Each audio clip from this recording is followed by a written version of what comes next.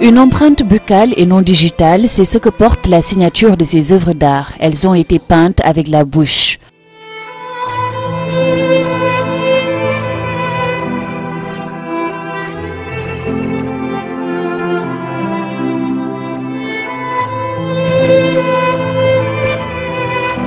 Un frisson, une chair de poule, de la compassion et puis de l'admiration, telles sont respectivement les réactions que l'on a lorsqu'on se retrouve en face de cette jeune demoiselle qui vient de souffler ses 18 bougies. Yoni, elle se nomme, et elle a perdu l'usage de ses 4 membres depuis ses 10 ans, condamnée par la même occasion à un quasi-immobilisme.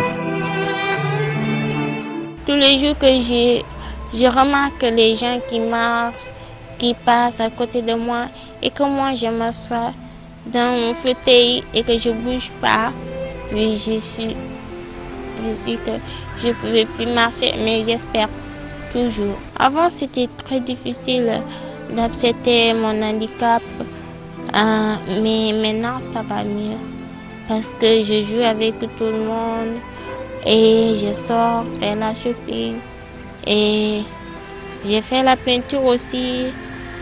En plus de cela, avant, j'étais tout seul parce que je pleurais tout le temps, mais maintenant ça va mieux.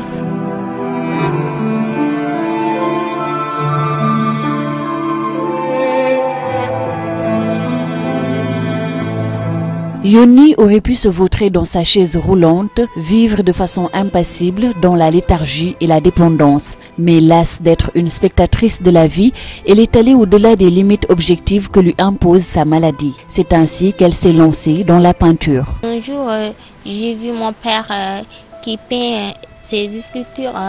Je l'ai vu, je lui ai demandé, papa, est-ce que je peux essayer à faire la peinture? Il m'a répondu, oui, bien sûr. Après, j'ai essayé une toile, mais j'ai échoué. Mais la deuxième fois, j'ai réussi. Après, j'ai commencé à faire des dessins petit à peu sur les feuilles, sur les cahiers. Tout se fait avec la bouche. Parce que je ne peux pas toucher mes mains, non, ça ne fonctionne pas. Mais la bouche, oui, ça fonctionne. C'est difficile d'être handicapé, mais ce n'est pas difficile de faire la peinture avec moi. C'est pas elle-même quoi, pour dire en tant que parent, père de famille aussi, je dirais tout simplement, je suis vraiment fier de ma fille, mais aussi il faudra voir aussi sur un autre angle aussi pour les autres parents aussi, d'aider leurs enfants aussi, au lieu de laisser les enfants comme ça à l'oisiveté ou bien à huis clos.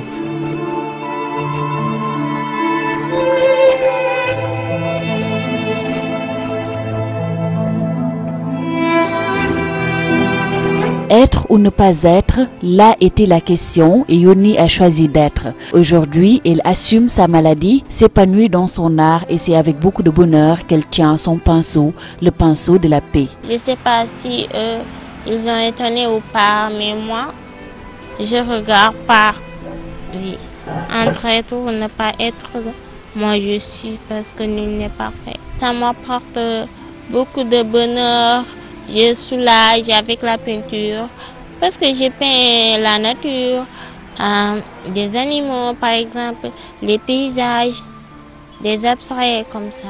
Si fragile et pourtant si forte, si limitée dans sa mobilité mais tellement débordante d'imagination, Yoni est de celles qui ne choisissent pas de subir quand elles peuvent agir. L'avenir, elle le voit en rose, elle rêve de tournées internationales pour exposer dans les plus prestigieuses galeries du monde. En attendant que son rêve se réalise, elle vous invite à venir découvrir ces tableaux qu'elle expose jusqu'au 20 avril au Centre d'accompagnement et de soutien scolaire, l'Athénée.